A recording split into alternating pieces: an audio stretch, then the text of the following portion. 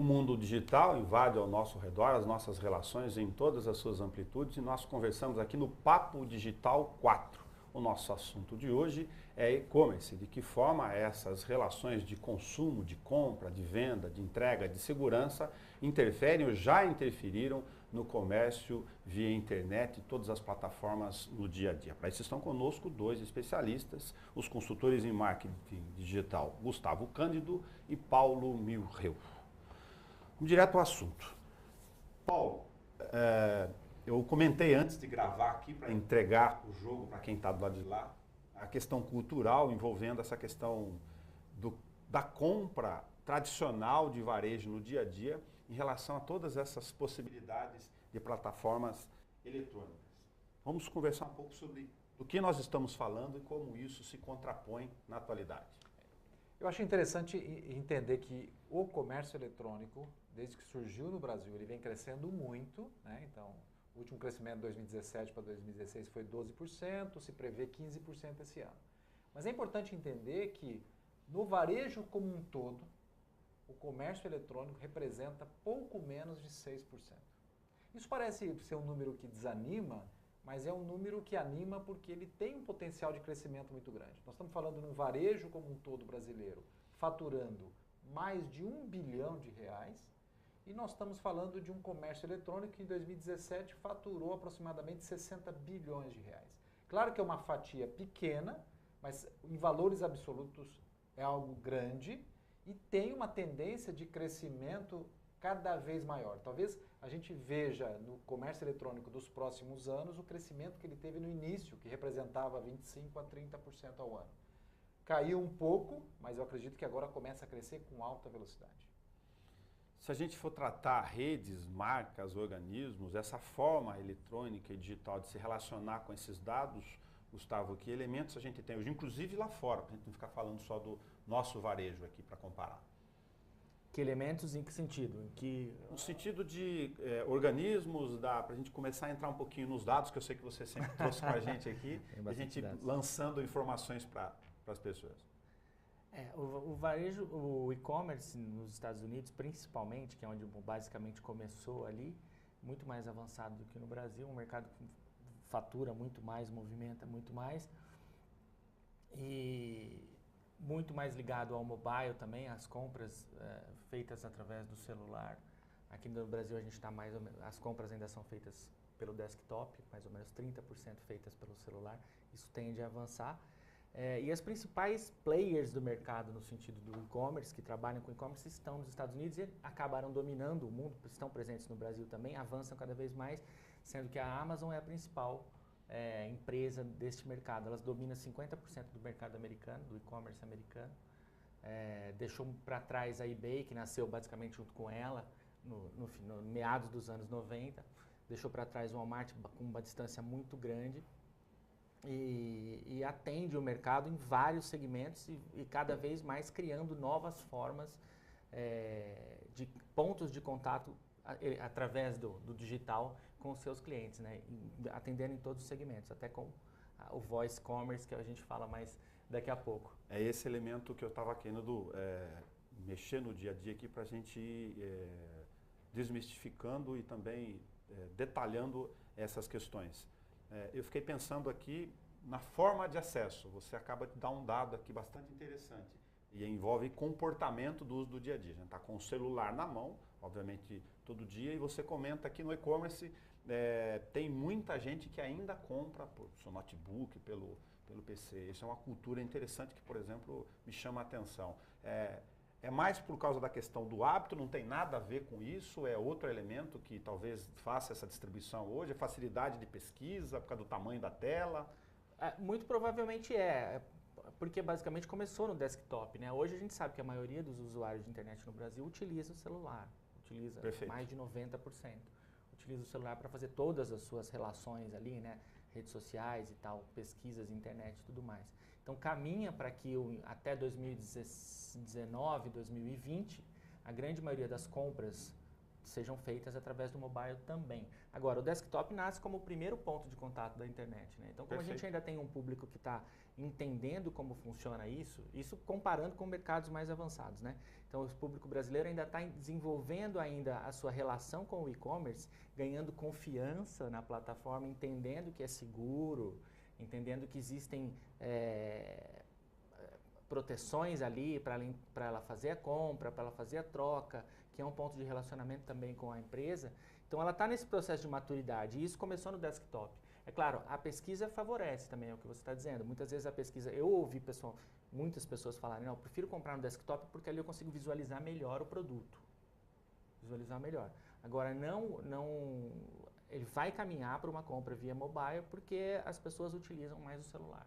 Então, as empresas vão se adaptar também, né, Paulo? Exato. Elas vão se adaptar a ter as suas ofertas de produto aqui, para que eu possa fazer minha pesquisa também de outra maneira. Então, assim, hoje a gente já sabe que tudo precisa ser responsivo, né? Precisa funcionar no desktop, precisa funcionar no tablet, precisa funcionar no smartphone com a mesma eficiência.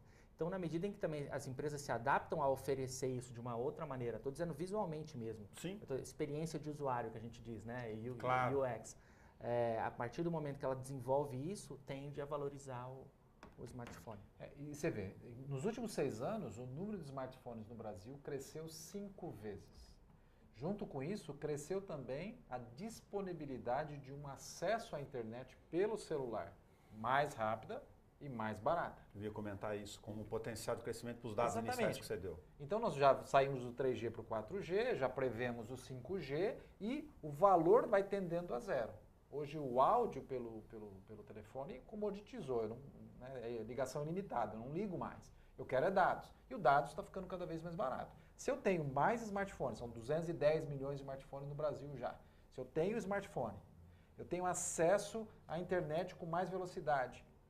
Automaticamente o consumidor começa a pedir esse formato, essa experiência para comprar. Alguns varejistas já começaram a lançar aplicativos para facilitar essa compra. Então eu começo a entender que isso é mais seguro, mais rápido, mais cômodo. Então em qualquer lugar que eu tiver, eu pesquiso. E junto com isso, há um fator bastante importante porque o celular eu carrego o tempo todo. Para dormir e ao acordar. E quando eu estou passeando até mesmo em um shopping, eu vou ver na vitrine uma oferta, eu pego o celular e verifico na internet a mesma oferta nos outros sites. Eu ia comentar sobre essa mudança de comportamento já a partir das plataformas. Mesmo você imaginando aquele tradicional livro dos anos 80, o shopping como um LSD da classe média, né? Da frequência física dos corredores, daqueles passeios dominicais ou dos feriados, você tem hoje uma interação eletrônica, inclusive no portfólio das lojas, no corredor. Para essa checagem ou essa contra-informação. Exatamente. E isso acontece, isso é claro. Eu gosto de pensar assim, eu gostaria de chegar, tem alguns lojistas. Outro dia eu comentei com o Paulo, eu falei assim, eu estou no shopping, estava no shopping aqui, e ele está na casa dele, a gente estava conversando um negócio, eu falei assim, rapaz, meu maior desafio neste momento é encontrar um Wi-Fi decente no shopping. Eu estava conversando e falhava o tempo todo. Aí ele entra no 4G e eu pensei assim, se um varejista quisesse atrair mais clientes para a loja dele, era só ele colocar assim, Wi-Fi free. Ele ia fazer as pessoas entrarem ali dentro só para usar o Wi-Fi. Ou carregue seu celular, né? Ou carregue seu celular. As pessoas ali dentro, pronto, tá ali, a oferta tá ali, beleza. Eu usaria isso como estratégia para atrair pessoas para minha loja. Por quê? Os consumidores, eles vão verificar o produto, o preço, eles vão fazer comparações. O próprio internauta vai fazer, né? Tem um dado do SPC do Brasil sobre isso. O próprio internauta, 47% dos internautas que vão comprar na internet vão até a loja. Ou melhor, vão comprar na loja, pesquisam antes. 25% vai até a loja para ter experimentação. Então a loja física, ela caminha para um modelo de experimentação, de ser um ponto, um lugar onde eu vou conhecer o produto, tocar o produto. É claro que a gente está falando de alguns segmentos. Para alguns segmentos isso tende a não acontecer, mas, por exemplo, roupas, geralmente, sapatos, calçados, eu preciso ir lá, é possível que eu vá lá olhar, ver se o material é legal, faça a compra na internet. O livro, por exemplo, eu não preciso, eu posso fazer a compra direto, porque o produto é basicamente aquele, existe um padrão. Mas esses produtos que você precisa experimentar, testar, ou um produto eletrônico que você quer ver se é legal, Então você vai até lá, você experimenta e as marcas estão fazendo esse movimento. Não só nos Estados Unidos, mas na Europa, no Brasil também. Casas Bahia tem lojas premium, que são basicamente pontos de experimentação, onde o vendedor não faz o papel de empurrador da mercadoria, ele não quer te vender, mas ele quer servir de consultor, ele quer te falar, ó, funciona desse jeito. Se você quiser comprar, você pode comprar aqui, mas se você quiser comprar em casa, você compra em casa. Você quer comprar no terminal aqui e entregar em casa? Mudam as relações.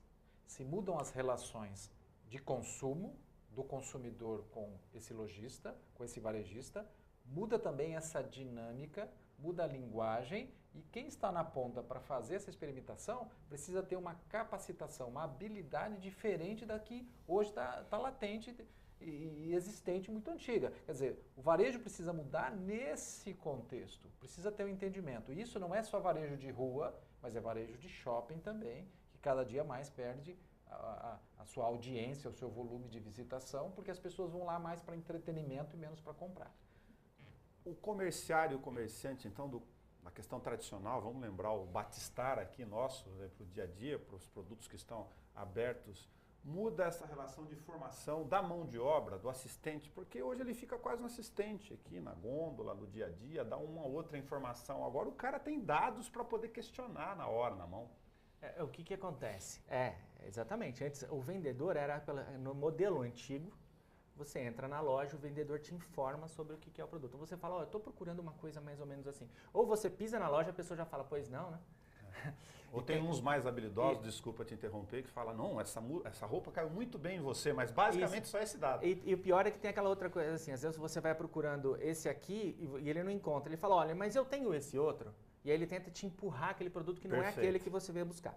E o que acontece hoje? Depois da internet, a transparência que a web proporciona, a pessoa sai de casa sabendo o que ela quer. Eu quero este. Porque ela já pesquisou antes. Ela pesquisou no site da loja, ela pesquisou no Reclame Aqui para ver se a loja tem algum tipo de reclamação, se as avaliações das pessoas que compraram aquele produto e deixaram um comentário ali, ela vai ver se as avaliações são legais, ela vai ver se o produto é novo, se não é novo, se tem um novo modelo, se vai ser lançado, se não vai. A hora que ela chega na loja, ela sabe mais sobre o produto, a tendência é ela saber mais sobre o produto do que o próprio vendedor. Deixa eu comentar um caso aqui, recentíssimo, inclusive usei vocês no bom sentido no dia a dia. Essa é a grande vantagem de ser jornalista nas relações de amizade. Eu precisava procurar uma câmera. Aí eu perguntei para o Miguel, para o colega aqui de dentro que está nos ajudando, o pessoal da TV, perguntei para o Gustavo, para eles, eu falo, estou pensando no modelo X e Y para não fazer propaganda. Aí eles me deram dados sobre definição, tipo de uso, exatamente como eu queria usar. Quando eu entrei na loja,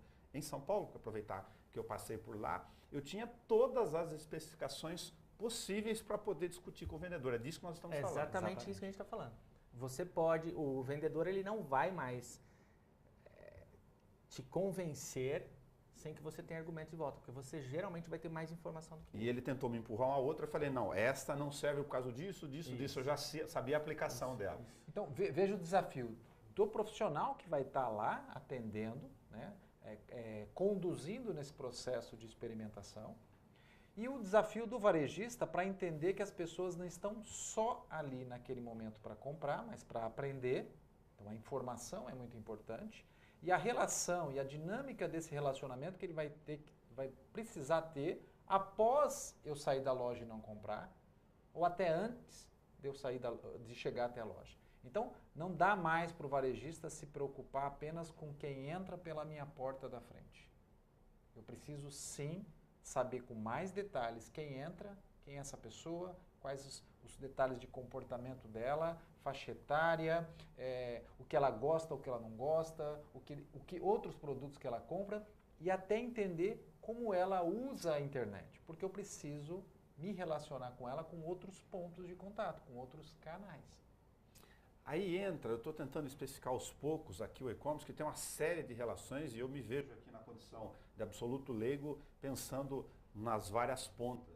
Eu fico imaginando os chamados algoritmos e controles que a gente tanto fala, né, para todas as informações e conteúdos. Do lado de lá, se os grandes empresários ou os grandes conglomerados já dominam, têm na mão dados estatísticos de perfis ou de interesses de consumo para poder trabalhar essa estratégia. Eu vou te dar um fato e vou te dar um exemplo do que acontece. hoje tudo que você... o seu celular vai coletar dados do seu comportamento, de onde você está, a geolocalização, independente de você ter até a internet. Depois que você se conectar, ele vai transferir esses dados. As empresas de telecomunicações, nós falamos aqui num outro papo digital, o grande negócio delas são dados. Mas olha um fato interessante de utilização disso. Eu estou lá no shopping, vejo um produto, comparo aquele produto em uma loja virtual. Na loja virtual, o produto está mais barato, é melhor que aquele da vitrine. Saio daquele shopping, chego em casa, não é mais esse valor. Ele me geolocaliza, sabe que eu estou em um shopping e me faz uma oferta para competir. Perfeito. Leilão eletrônico, no Exatamente. sentido prático. Leilão eletrônico. Então isso já é possível, já existe e, claro, toda vez que a gente falar em publicidade digital, toda vez que a gente falar em utilizar o digital, isso tem um custo e uma acessibilidade para o pequeno. O pequeno pode começar a investir em e-commerce com uma loja gratuita. Porque a plataforma, a loja, não é o mais importante. O mais importante é a estratégia que ele constrói em cima disso. Hoje as pessoas compram mais vindas do Google. Ok, como é que eu faço as pessoas virem do Google para a minha loja? Há um investimento, às vezes, exagerado nessa plataforma, nessa loja virtual. E o mais importante é entender toda a minha estratégia para entrar no e-commerce. Sem exagero do comentário, pensei numa outra ponta aqui enquanto vocês estavam comentando. Eu sou de uma cidade pequenininha, e aqui tem o Gustavo, que é de Catanduva, tem as experiências do dia a dia. Nós sabemos que nas centenas de cidades pequenininhas, Minas tem mais de 800, o estado de São Paulo tem 645, as menores ficam com comércio regionalizado em relação à maior. Você está a minha experiência. Itaberá, Itararé, Taquarituba, Coronel Macedo circulam em relação a Itapeva. E as pequeninas lojas da cidade têm enorme dificuldade, a não ser que sejam relações muito pessoais, de vários produtos. Livrarias pequenas fechando, uma série de produtos que não tem mais sentido. Isso também está inserido nesse processo. Sim. Mas note que, pegando isso que o Paulo falou, uma pequena hoje em dia, através do e-commerce, ela pode concorrer com uma grande. Mas ela não está usando isso ainda. Ela não está usando, mas ela poderia. Então, assim, a gente tem até dois momentos para falar, né? Nós começamos o programa falando do e-commerce a partir do ponto de vista do varejista, que já está, ou do grande varejista, Perfeito. que se estabelece e aí ele migra para o e-commerce, ok? Até como um movimento natural, né? Só para citar o Magazine Luiza, que é interessante, o grande exemplo do Brasil e um dos principais exemplos no mundo. O Magazine Luiza tinha um valor, a empresa valia no mercado 300 milhões em 2015, há 3 anos atrás, valia 300 milhões. Ela iniciou um processo de transformação digital, ela sempre foi uma empresa que inovou bastante, iniciou esse processo de presença em todos os canais integrados, o que a gente chama de omnichannel, né? Uma venda integrada em todos os canais. E, há 2 semanas atrás, a empresa se tornou a maior varejista mais valiosa do Brasil, valendo 30 bilhões de reais. Então ela sai de 300 milhões para 30 bilhões em 3 anos, por conta dessa transformação, da mudança para o digital. Na estratégia. Só na estratégia. E na capacidade de atender o seu cliente em todas as plataformas. Que a gente falou, site, na loja, no aplicativo, tudo de uma maneira integrada. Agora, isso é o grande varejista. O pequeno varejista, ou alguém que está começando hoje, ou a pequena loja do interior, ela pode fazer esse movimento. Ela pode fazer esse movimento e chegar a concorrer com uma grande. Porque ele tem um custo fixo dele ali, de aluguel, luz, telefone, da loja dele em si, e não está usando essa outra ferramenta. Exato. Nessas pequenas cidades que eu estou citando? Exatamente. Falta a informação. Falta saber primeiro que é possível, né? Ter essa informação que é possível, e ou se capacitar ou procurar quem o ajude a fazer isso. Perfeito. Né? Que hoje isso está bastante disponível. Algumas lojas pequenas, a gente conhece algumas que elas funcionam em uma sala. Grandes e-commerces. Vendem para o Brasil. Elas funcionam em uma sala, vendem para o Brasil. O que é a sala? Uma pessoa que está aqui fazendo a negociação, uma que está aqui fazendo a arte, fazendo o conteúdo, fazendo os textos, movimentando a presença daquela empresa na mídia social, na internet como um todo. E todo o resto da sala é um estoque. É um estoque, as caixas, os produtos estão ali. Ó, vendi aqui, pegou aquele produto, colocou, mandou para o correio, entregou. Acabou. Eu tenho numa sala, eu É tenho um grande armazém, mudando inclusive a ela disposição física Ele é um grande dela. armazém e o processo de venda e o processo de divulgação é feito por duas pessoas que estão numa mesa. Eu tenho outro exemplo do que aconteceu aí recente. Em 2010, 11, eu atendia um varejista específico de um segmento e ele tinha 5 lojas, sendo, acho que 2 delas em shopping. Tinham 5 lojas. Hoje, 2017 para 2018, tem uma loja e ainda não entrou no e-commerce. Lá em 2010, 2011, quando eu atendia, eu propunha, vamos começar a dar o primeiro passo no e-commerce. Tudo vai migrar para isso. Porque os sinais, eu sempre costumo dizer, os sinais são claros. Só não está lendo, analisando esses sinais quem não quer. Os sinais são claros, é só olhar que isso caminha para um processo cada vez mais digital, eletrônico. Perfeito. Não tem como mudar. Agora, os sinais estavam claros, essa empresa não caminhou para isso, esse varejista, de 5 lojas saiu para uma.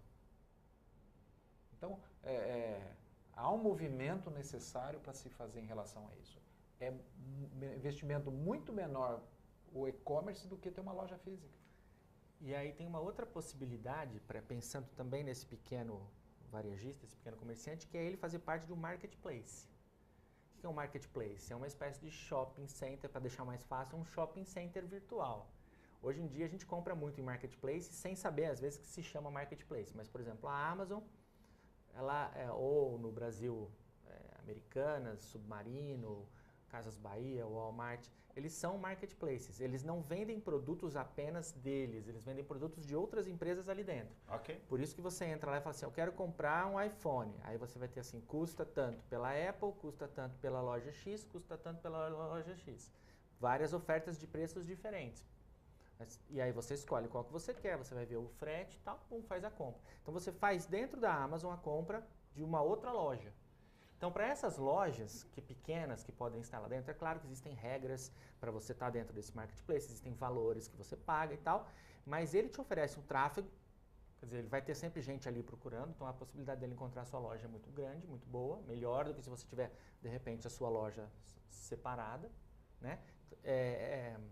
E também o nome, né? Você está associado àquela empresa que tem o marketplace. Então pode ser uma vantagem também para você. E partindo de um Mercado Livre, que é um Isso. marketplace mais aberto de nenhuma marca, mas que as pessoas podem começar no e-commerce através do Mercado Livre. O Mercado Livre já é uma marca, né? Já é uma grande marca, já te dá credibilidade para você começar. E aí, você precisa ter estratégia para continuar vendendo, é claro. Faz todo sentido o que vocês estão comentando, porque sempre pontuando do outro lado aqui, eu imagino você não ter num mercado aberto, digital eletrônico como esse, correr o risco de ter o luxo de, não, eu vou fidelizar só com esta marca aqui. Eu estou lembrando dos bares que abrem cerveja, né? Que aí eles pegam só uma determinada bandeira, porque ele dá as cadeiras, as mesas. Isso nesse tipo de comércio seria uma estratégia bastante equivocada. Eu ter acho um único que produto com a única marca, a não ser que seja algo muito exclusivo. Exatamente. Ou você fosse o fabricante disso e você tivesse uma capacidade de investir nessa marca, porque aí vai para outro ponto dessa questão estratégica. A marca. Eu compro pela marca, compro pela experiência, compro pelo preço, compro pela velocidade de entrega, compro pela promoção. Por que eu compro? Nós estamos falando aqui também, para avançar um pouquinho no comentário que o Gustavo fez, de romper barreiras no sentido territorial, geográfico. Aqui eu entro um pouco mais na cultura também já da segurança da internet. Eu comentava aqui, confessando, que eu ainda sou um aprendiz da pesquisa, olho muito, mas como compra efetiva, eu tenho os receios naturais de uma parcela da população de, pô, será que esse grupo aqui é efetivamente seguro? Esse link que eu estou é mesmo do Magazine Luiza? Eu domino os mecanismos básicos de checagem desses dados para não entrar um oportunista eletrônico lá e, enfim, me passar uma fraude, o que é bastante comum entre pessoas que não têm um mínimo exercício de domínio da internet, ou não, isso ao longo do tempo vai romper barreiras. Eu posso comprar da China, a gente falou dos grandes produtos, por exemplo. Eu acho que se você está falando de uma pessoa que nunca comprou, a barreira é muito grande. A barreira é muito grande, a gente tem visto isso, né? Os sites, eles costumam informar, né? O site seguro, esses grandes sites, eles são seguros. Existem métodos, né, de proteção dos sites que garantem as transações, alguns selos até, né, Paulo, de segurança. Sim. Eu lembro da ideia do cadeadinho físico. Que ele diz, basicamente site seguro, tem o cadeadinho ali, é uma grande marca e tudo mais. Mesmo assim, muita gente tem problema de confiança no site, mas é uma questão cultural. Agora, imagina comprar da China. Eu mesmo nunca comprei da China. É engraçado, né? Tá. Mas eu acho que eu não comprei por causa do prazo e tudo mais. De pensar que, sei lá, que é muito longe, vai demorar. Mas acho que tem uma dose de ansiedade aí também nessa questão, né? Você fazer essa compra. Mas segurança não é mais um problema. Não é um problema. A gente tem que olhar a segurança desde o aspecto da tomada de decisão, né? Vou comprar da China. Bom, quais são as marcas que me recomendaram ou estão recomendadas na internet? Eu vejo muita gente falando que comprou e deu certo. Então eu parto disso também. Quando eu entro nessas grandes lojas da China, a maioria delas são marketplaces. E o conceito do marketplace é que quando eu compro e gosto e recomendo, eu vou lá dar as estrelinhas, fazer uma classificação e fazer um comentário do produto ou da loja. Veio rápido, né? O Mercado Livre é assim, veio rápido, o produto é ótimo e tudo mais. Então esse é o conceito que se cria então um marketplace, não porque eu tenho várias marcas ou vários varejistas ali junto, mas porque eu tenho esse feedback do próprio comprador, né? Quando eu construo isso, já estou construindo uma imagem de que, bom, vale a pena comprar. Quando eu falo da tecnologia, hoje a gente tem uma tecnologia muito melhor para comprar pela internet do que antigamente, como eu já citei, quando você na década de 70 assinava a revista com cartão de crédito, pegando um cupom no meio da revista e escrevia no papel, naquela carta-resposta comercial aberto, o número do seu cartão. Aí você jogava numa caixa de correio no meio da rua que ficava a noite inteira na rua. Então, que segurança! Mas eu não pensava que podia não ter. Se o seu cartão for clonado, se você teve um problema de alguém debitar uma compra que não era sua, simplesmente você vai na sua operadora e você vai pedir para ser ressarcido. Porque quem tem cartão de crédito, independente de comércio eletrônico, tem que saber como ele tem que agir em relação ao cartão de crédito. Ponto. Não se trata de comprar pela internet. Claro. Não se trata. Então, hoje tem muito mais tecnologia para isso. E 2/3 dos usuários de internet no Brasil já estão comprando pela internet. E só tende a crescer. Avançar um pouquinho mais na questão da loja física com a virtual. Então, dado os comentários que vocês já abordaram aqui, nós podemos pensar em alguns segmentos já, estou falando das livrarias, de grandes livrarias, que além da questão do acesso à leitura, que é um dado efetivo de consumo no dia a dia, já estão fechando lojas porque eles reconhecem que não tem sentido manter uma grande rede, que isso, do ponto de vista do custeio, é gigantesco. Então, é o grande exemplo, talvez, ou um bom exemplo para mostrar que você vai fechar unidades. A Livraria Cultura, físicas. A Livraria Cultura essa semana, né? Ou a semana passada, que entrou em recuperação judicial justamente por isso. Sim. Quer dizer, ela já vinha há algum tempo, né? Dando sinais de que isso ia acontecer. Já havia declarações do grupo, né? A FENAC fechou o mês passado também. Encerrou a operação no Brasil definitivamente. Exatamente. Porque não conseguia suportar o volume da loja física. Sim. Diante. É que esse é um mercado muito específico, como você bem colocou.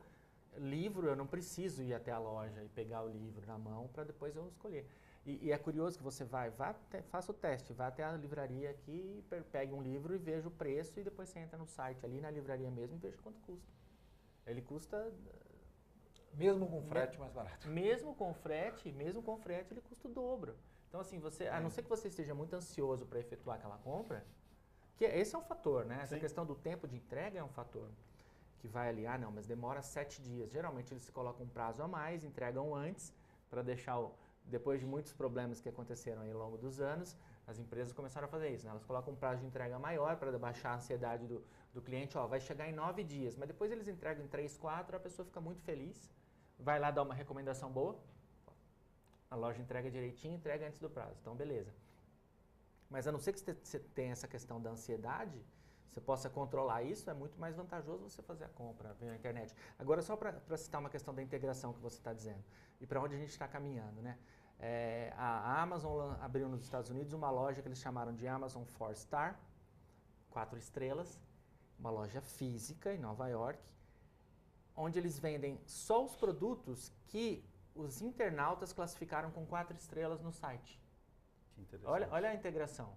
Quer dizer, a compra feita no site, no marketplace deles, o cara falou, foi legal, recomendei, 4 estrelas. Então, esses produtos que são os top deles, eles colocaram numa loja física. Só dos top. É tipo, aqui temos os nossos melhores produtos. E a pessoa, se quiser, ela vai até a loja. Quer dizer, a frequência de troca de produtos cada vez maior, sempre respeitando as avaliações. Então, eu estou ouvindo a opinião na internet, estou reproduzindo ela no varejo físico. O varejo físico não vai acabar. Né? Como a gente já discutiu isso, acho que no programa, ele não vai acabar, mas ele precisa se modernizar. Talvez esse modelo de negócio, né? Isso é importante. Quando a gente trata de estratégia, dentro da estratégia a gente fala sempre de modelo de negócio. Né? Não significa que vai acabar o negócio, mas o modelo dele tem que ser alterado. Sim.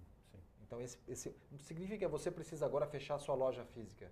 Não, mas o modelo que você estabeleceu para esse negócio não funciona mais. Não preciso fechar a loja física, mas dependendo do tipo, do gênero, do acesso, se você ficar só atrás do balcão, você tende a ficar sozinho com a fechadura na mão. Exatamente. Até porque tem tudo isso que a gente falou desde o começo, quer dizer, o comportamento do vendedor, é uma questão cultural também, né, que envolve o atendimento. Tudo mais. Muda também, para dar uma pitadinha naturalmente, por uma questão inevitável, as relações de estratégia de marketing, de quais meios eu faço divulgação, propaganda, investimento, nesse mundo todo, em todas essas frentes? Eu acho que sim. E de novo, eu preciso, a partir da estratégia, definir quais são as táticas.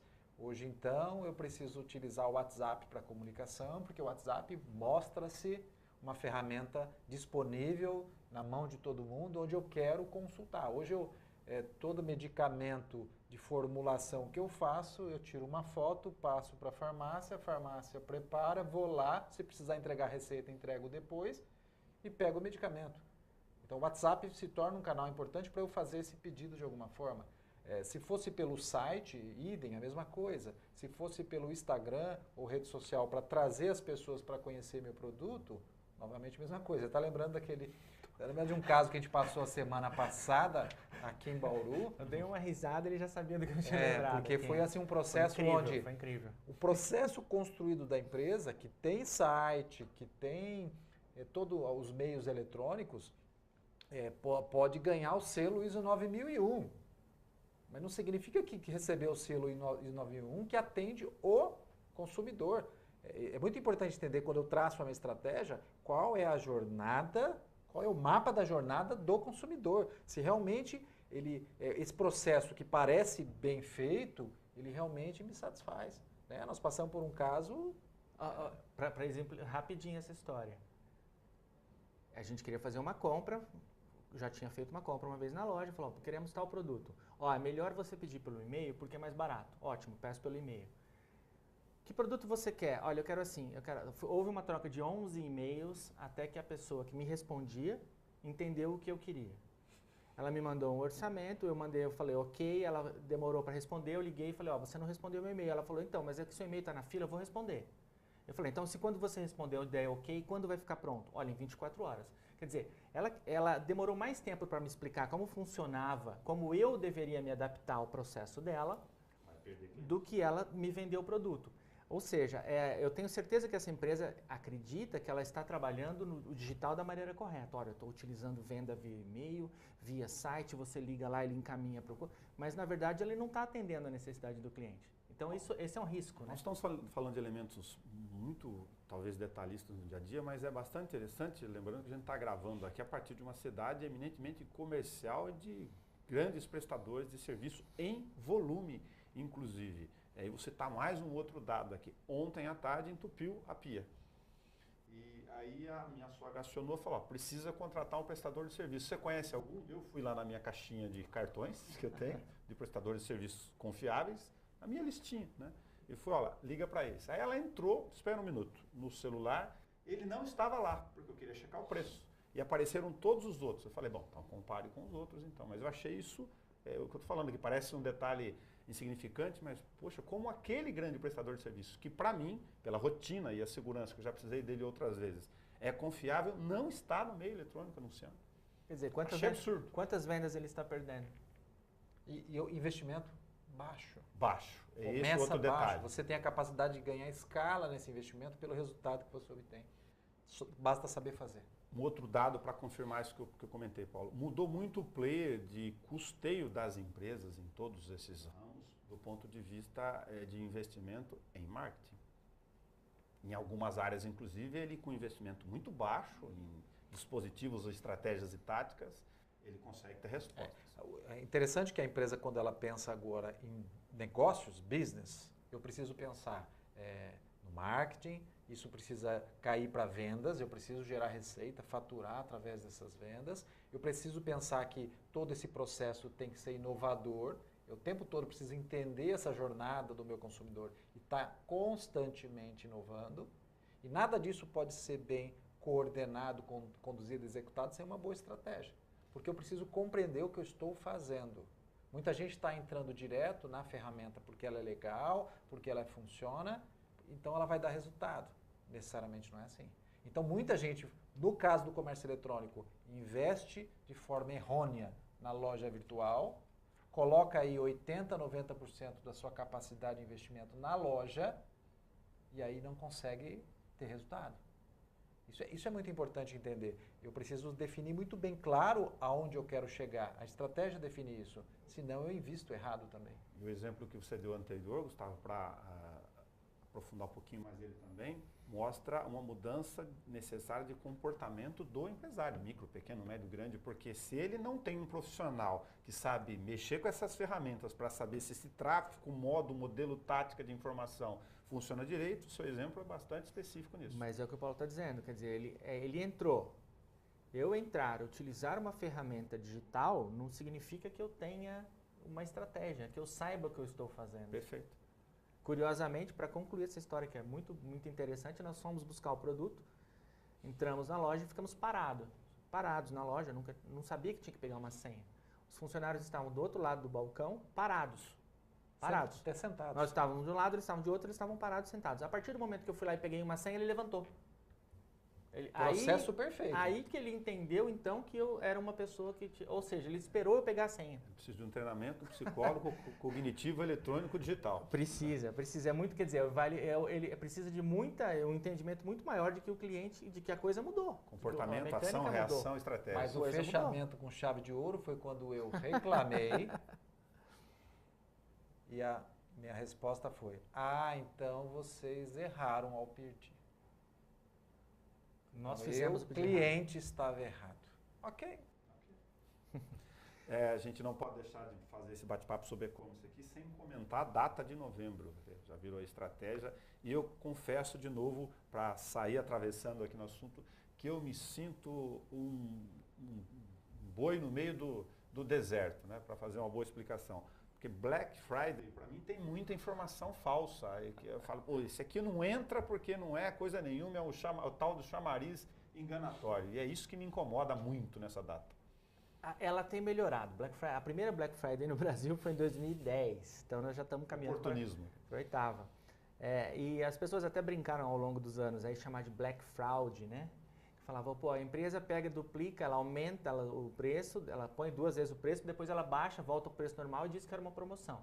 Quer dizer, até criou-se o hábito até de entrar meses antes e ficar acompanhando o preço de um produto que você quer comprar, para depois ver se realmente houve a promoção. Mas de um modo geral, a data ela já se consolidou como a segunda data do varejo brasileiro, atrás apenas do Natal. É a primeira data do e-commerce, esse ano vai ser dia 23 de novembro.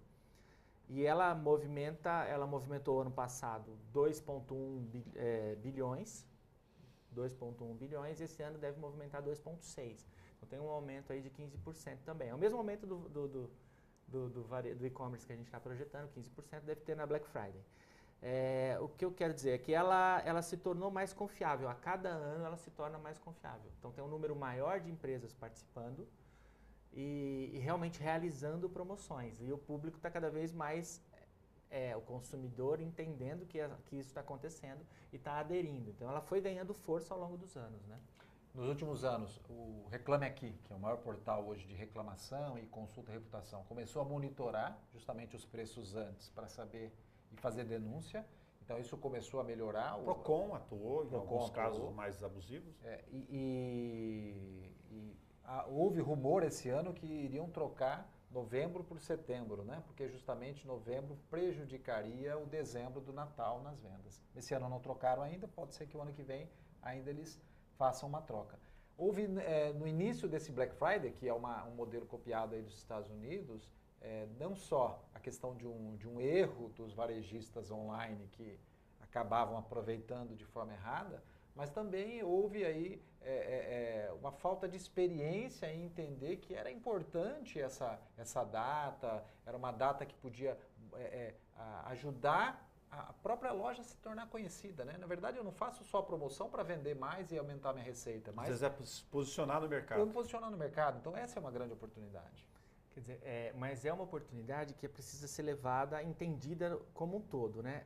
15% das empresas no último ano, 15% das empresas com menos de um ano de existência de e-commerce, que aderiram à Black Friday, fecharam depois. 15%. Por quê? Porque não montaram uma estratégia para atender a data. Porque ela não tinha estoque, não fazia o pós-venda, que é super importante no e-commerce, mais importante. Que acontece depois. Não só isso, porque tem a questão das trocas também. Sim. Isso sempre foi uma barreira, uma objeção em relação às compras no varejo. Ainda é. Quer dizer, eu compro numa loja, se eu não gostar, eu vou até a loja e faço a troca. Mas se eu compro num site, esse processo de troca, às vezes ele é burocrático. E me demanda, eu tenho que ir até o correio, colocar na caixa de novo, tarará.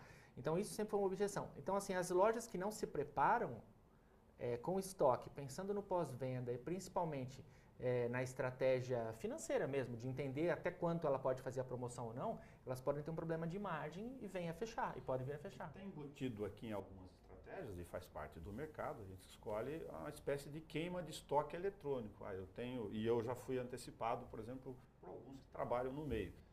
Olha, determinada marca, e isso em alguns casos me incomoda. Eu coloco uma televisão visivelmente muito mais barata, mas só 10 unidades.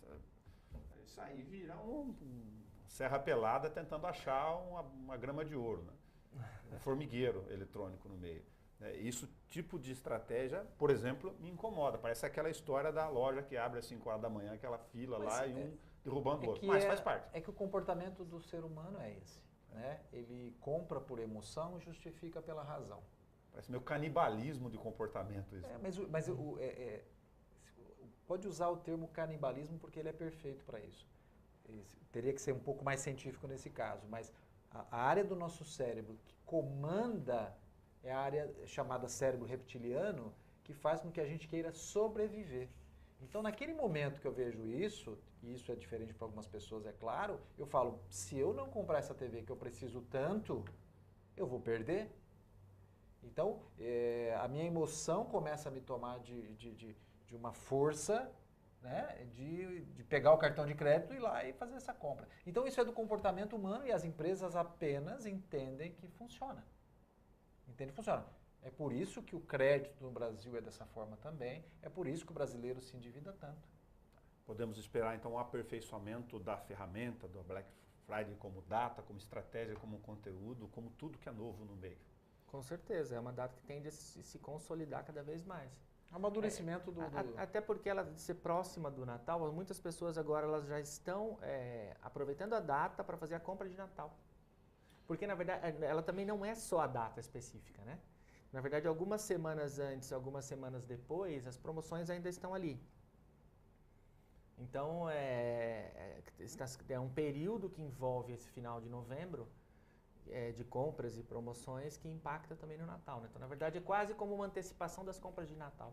Muito legal. E para tentar fechar um pouco do nosso raciocínio aqui do e-commerce, tentar imaginar para onde caminha esse mecanismo, essa ferramenta, esse meio de relações de consumo no mundo eletrônico, pensando já no voice que você mencionou lá no meio. Então, enquanto no Brasil ainda existe todo esse mercado para crescer, né, esse potencial e também das pessoas entenderem que elas podem comprar com segurança na internet, nos Estados Unidos já se fala muito do comércio por voz, do voice commerce, né?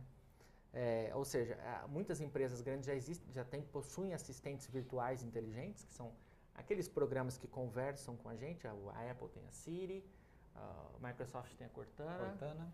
E a Amazon tem a Alexa, que é a principal. A Amazon já vende umas caixinhas assim de som, que são uns microfones, e também uma caixa de som que chama Echo. Então você conversa com o programa, como naquele filme Her, né? Não sei se você assistiu esse filme, mas ele conversa com o programa e tem um relacionamento ali com ele. No caso do filme vai muito além, né? Mas eu posso conversar com o meu programa de voz e falar, ó, procure o produto tal, faça uma cotação para mim. E ela faz a cotação do produto. Ó, produto tal tem tal loja, tal preço. Pode comprar. Eu determino a compra por isso. Isso já existe, já está sendo usado. E para a gente também não pensar que é uma coisa muito, muito distante, no mês passado, no Congresso Nacional de Relacionamento Empresa-Cliente, CONAREC, de 2018, o Habib's anunciou que estava negociando com a Apple e com a Samsung a utilização desse tipo de ferramenta para fazer pedidos.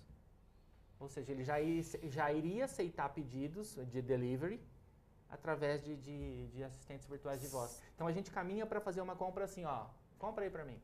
Relações de consumo e serviços onde os dados estão, nesse caso é muito bom exemplo, estão muito prontos, né? Quem liga, na sua grande maioria, certamente para o Habib's, eu quero uma quantidade de fios, uma quantidade, já sabe a lista de produtos, se não sabe, pesquisa antes, porque tem a ferramenta, já tem o preço e decide tudo eletronicamente. Exatamente. Ainda falando na questão dos dados que você citou, né, da importância da análise de dados, imagina isso. Então eu faço a compra uma vez do Habib's e falo, o que você usou esse exemplo, 5 esfirras tal, 5 de não sei o que, não sei quantos quips. Bom, isso está registrado já.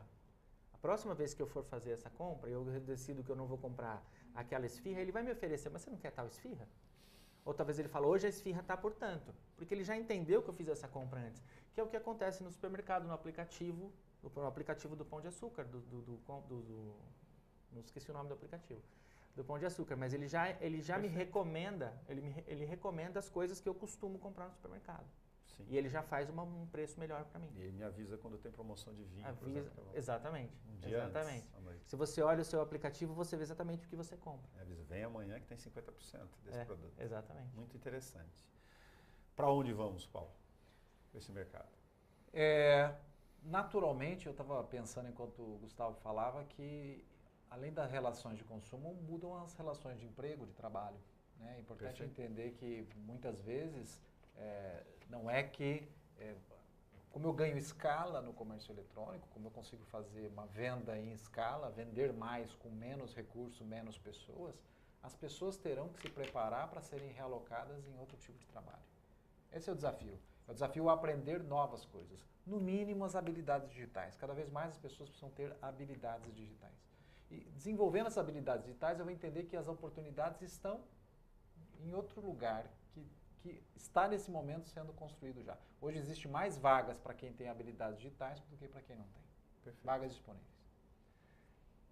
Você citou um exemplo muito bom de como o mercado vai ser impactado. E eu lembrei de um dado agora que é a Amazon Go, que eu não sei se a gente citou em algum dos programas anteriores, uma loja, sempre a Amazon, né? Parece que estou fazendo propaganda da Amazon hoje, mas não é, porque a empresa é muito inovadora e ela está muito à frente, ela é o exemplo a ser seguido no mercado. Ela lançou uma loja em Seattle que não tem atendentes. Na verdade, tem 1 ou 2 para fazer só uma orientação. Mas eu vou até lá, eu tenho um aplicativo para entrar na loja, eu escaneio, com o meu celular eu escaneio a loja, abre a porta, eu entro, escolho o produto, as câmeras e sensores entendem que produto eu estou pegando da prateleira, já debitam no meu cartão, eu saio da loja sem conversar com ninguém, põe na minha sacola e vou embora, certo? Então esse modelo existe, funciona, foi um sucesso. Abriram uma loja, abriram 3, abriram uma na Califórnia, então temos 4 lojas Amazon Go nos Estados Unidos. A expectativa da empresa é ter em 2022 3.000 lojas, neste mesmo modelo. Basicamente lojas sem funcionários. Perfeito. A curva de ascensão vai ser assim, né? De 4 para 3.000. Vai ser assim, exponencial como um foguete. E o quanto isso vai impactar no mercado, no varejo pequeno? Desculpa, só para citar um único exemplo, hoje a gente já pode, a gente sabe disso, em um supermercado de Bauru, entrar nas gôndolas, escolher o produto, comprar, passar sozinho no caixa eletrônico, pagar com o cartão através do código de barra e ir embora. Agora imagine você não ter nem que passar num caixa. E a grande questão, de novo, né, se eu fosse citar algumas coisas que você tem que pensar quando você está olhando para esse novo cenário, é velocidade. Vai ser mais rápido do que já foi. Dinâmica. É completamente diferente de como você tratava antes. Então, relacionamento, importantíssimo. Conteúdo, informação. Eu quero ser informado para poder tomar uma decisão diferente do que eu sempre tomei. Você tem informação disponível ou eu busco no seu concorrente ou em outro lugar? Então, essa dinâmica, essa forma de você, como você tratou o seu modelo de negócio antes, não vai mais se perpetuar. Em todos os cenários de negócio. Mas para fechar o mesmo exemplo que eu dei, sai, aqui não é uma questão de a pontuação, sai o caixa nesse tipo de serviço que eu disse e entra o entregador, por exemplo, que eu posso comprar em casa do meu celular a lista de produtos no delivery. Exatamente. Sai um profissional e entra outro, uma relação natural de ajuste. Uhum. Paulo Milreu, Gustavo Cândido, muito obrigado por terem aqui mantido a nossa trajetória mensal, para você que nos acompanha no Papo Digital 4, nosso assunto hoje foi e-commerce. Aliás, se você for comerciário, comerciante, eu vou dar um toque isso para os colegas do CDL, sem nenhuma presunção, eu assistiria este programa. E uma outra dica que foi dada no meio do nosso caminho, que entre tantas outras, põe uma boa rede de Wi-Fi free e carregadores de celular na sua loja, que o negócio pode mexer com o dia a dia. Com Muito certeza obrigado. vai mexer com o volume de gente ali dentro. Muito obrigado, Paulo. Obrigado. Todos esses programas, para poder aproveitar as plataformas eletrônicas, você pode acompanhar pelo site, na página da TV Câmara Bauru, ou também disponíveis pelo YouTube, o vídeo na íntegra para você assistir a hora que você quiser. Nós acabamos de encerrar aqui o Papo Digital 4 sobre e-commerce, mas estão lá, se você digitar o Papo Digital 1, 2 e 3 sobre Instagram, WhatsApp, as redes, inclusive avaliação sobre o último processo eleitoral. Todos esses produtos ficam disponíveis para você assistir a hora que você quiser. Até o nosso próximo encontro.